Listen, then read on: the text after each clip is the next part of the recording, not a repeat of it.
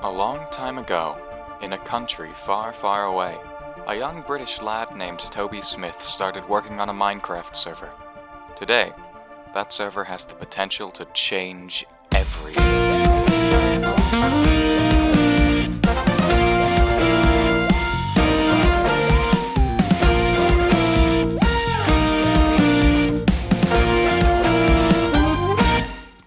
Hello there everybody, my name is Kybo and welcome to my crash course on TubNet. Since TubNet is releasing later this month, August 2022, today I decided to give you a rundown of everything you need to know about the server, from its humble beginnings to today, what to expect on release, and maybe even a few theories for the future. Of course, I can't talk about TubNet without explaining what it is first, so here's the rundown.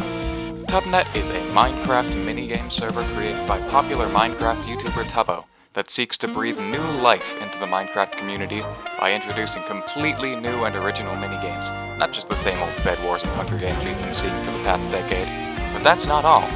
TubNet is also a cross-compatible Minecraft server. That means you can play with friends on any device that supports Minecraft. Your friend can be playing on their PC, and you can still hang out with them from your Xbox, your Switch, or even your phone. That's right, baby, TubNet on the go.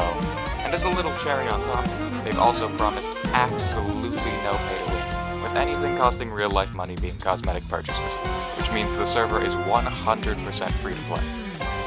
Now that we've got the basics, let's start to go in depth.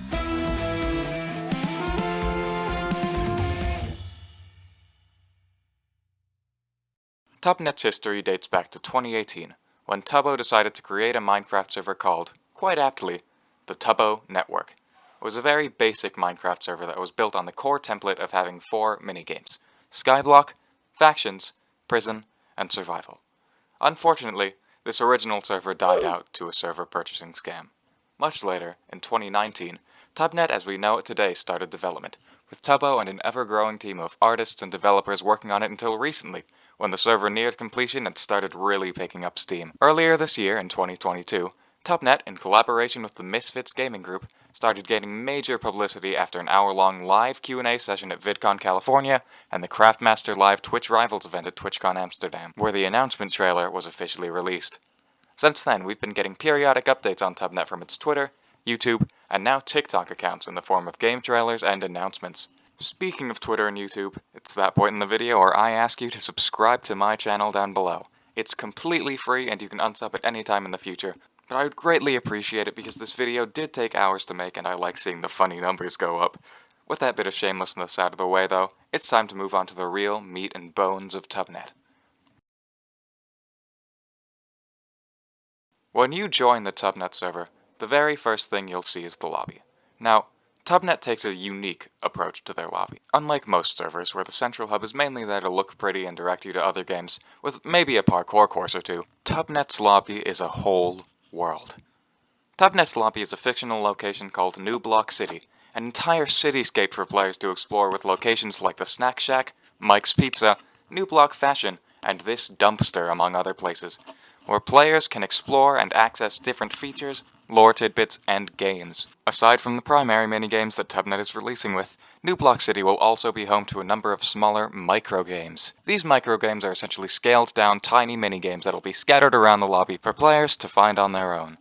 While we haven't gotten any specific hints as to what they'll be, we have gotten confirmation that the lobby will be home to at least a few parkour courses and quests for players to entertain themselves with. The server itself will also have a number of different and new features, some of which are accessible only from the lobby, while others are more of a universally existent thing. These range from systems like leveling, achievements, guilds and teams, and leaderboards, to a wardrobe system, a la The Sims, and actual functioning cars that you can drive around the lobby to get to different games. On release, TubNet will have 3 different minigames available to players, with more releasing in the future. These games are Crystal Rush, Light Strike, and Spacebound. While we haven't gotten too many specifics about these games, each one was given its own trailer on the TubNet YouTube channel that gives us a sneak peek into what they are. Crystal Rush seems like a spin on competitive games like Bed Wars, where players are split into different teams and tasked with gathering resources and purchasing items in order to defend their own nexuses while destroying their enemies, in order to be the last team standing. Crystal Rush is also going to be opening its doors in beta soon to anyone in the official TubNet Discord server, link in the description, so make sure to check that out if you haven't already.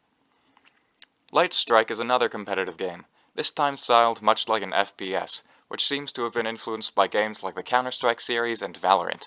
Players are separated into two different teams, with one attempting to defend a device called the Star, and the other team attempting to stop it. Both of these games, being competitive in nature, will have a matchmaking system for balance and a team system so players can play with their friends. In the future, TubNet has even said that they plan on holding esports-style tournaments and competitions in these games, and that some of the top teams might be invited. So if you're really good at Minecraft, keep an eye out for future announcements. The third game, Spacebound, is completely different.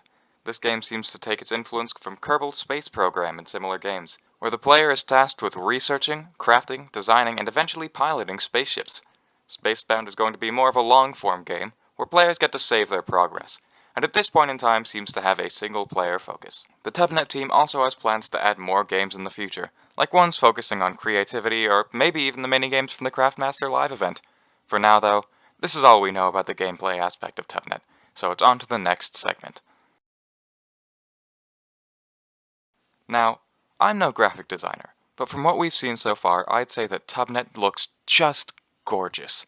Unlike most Minecraft servers, which are based in older Minecraft versions, TubNet makes full use of modern texture packs to create completely unique models, assets, and even sounds like we've seen in the trailers. Each game and each lobby is professionally designed and built, and everything, down to the background music and the GUI, is made by the staff team to be completely fresh and designed for the server. As I said before, there's also a wardrobe system based in the New Block fashion building so you can customize your character. While we aren't 100% sure how cosmetics in general will function, Tubbo has mentioned that players will be able to buy and level up cosmetic items like hats for their characters, and placed emphasis on back bling like flags that you can put on your character. Some of these cosmetic items will, unfortunately, have to be purchased with real-life cash, but they won't have any effect on gameplay itself and will be purely aesthetic. In the future, features like pets and player signatures are planned, but it's unlikely we'll see either of them on release. With that over, it's time for my favorite part of TubNet. TubNet's lore, carefully crafted by TubNet's creative director Carrot Chomps, is an overarching server plotline that players have to piece together from different little tidbits hidden in games, quests, and around New Block City in general.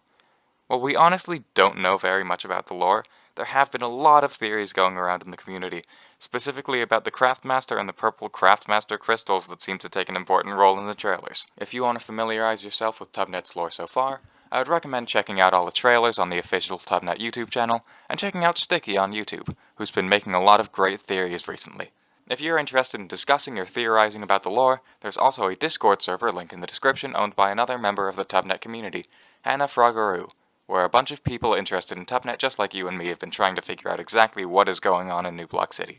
And let me tell you, there is a lot going on. To give you a brief summary of what we know and what we think we know, TubNet's lore at this moment seems to be centered around three things.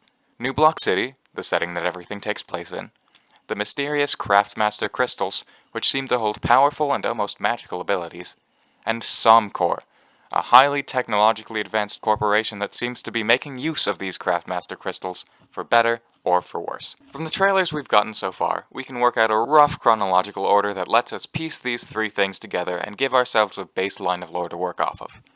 In the year 1160, which seems to be the in-lore equivalent to 1960, Somcore began their space exploration program. Years later in New Block City, Somcore had pioneered great technological advancements using a mysterious power source, which we the fans call the Craftmaster crystals, creating amazing things ranging from jetpacks to a device known as the Star. While transporting one of these stars, perhaps an early prototype, the device exploded at a location called Clock Round Plaza, spreading the Craftmaster crystals and devastating the area. These crystals also seem to have been spread to numerous locations around the planet, with criminal groups attempting to steal and detonate stars in various locations. This leaves us, the players, in a very tumultuous time. Will we be helping to fix the world, or will we only hasten its demise? Only time will tell. With that explanation over, you now know almost everything there is to know about TubNet. Of course, there are other minor details like the fact that they've worked to create their own anti-cheat system and the specifics on technological scaling, but unfortunately this is all for today's crash course. If you have any questions, feel free to ask in the comment section. I probably won't have the answer, but I'll be sure to give you any information I have. Before you go though, I'd like to encourage you, the viewer, and joining me to thank the members of the TubNet staff team for producing this wonderful server that has us all excited. If I could, I'd thank you all individually, but unfortunately I've only managed to hunt down about 25 of you, so instead I just have your names listed on the screen. Thank you everyone who's worked on the server, thank you everyone watching this video, and have a wonderful day.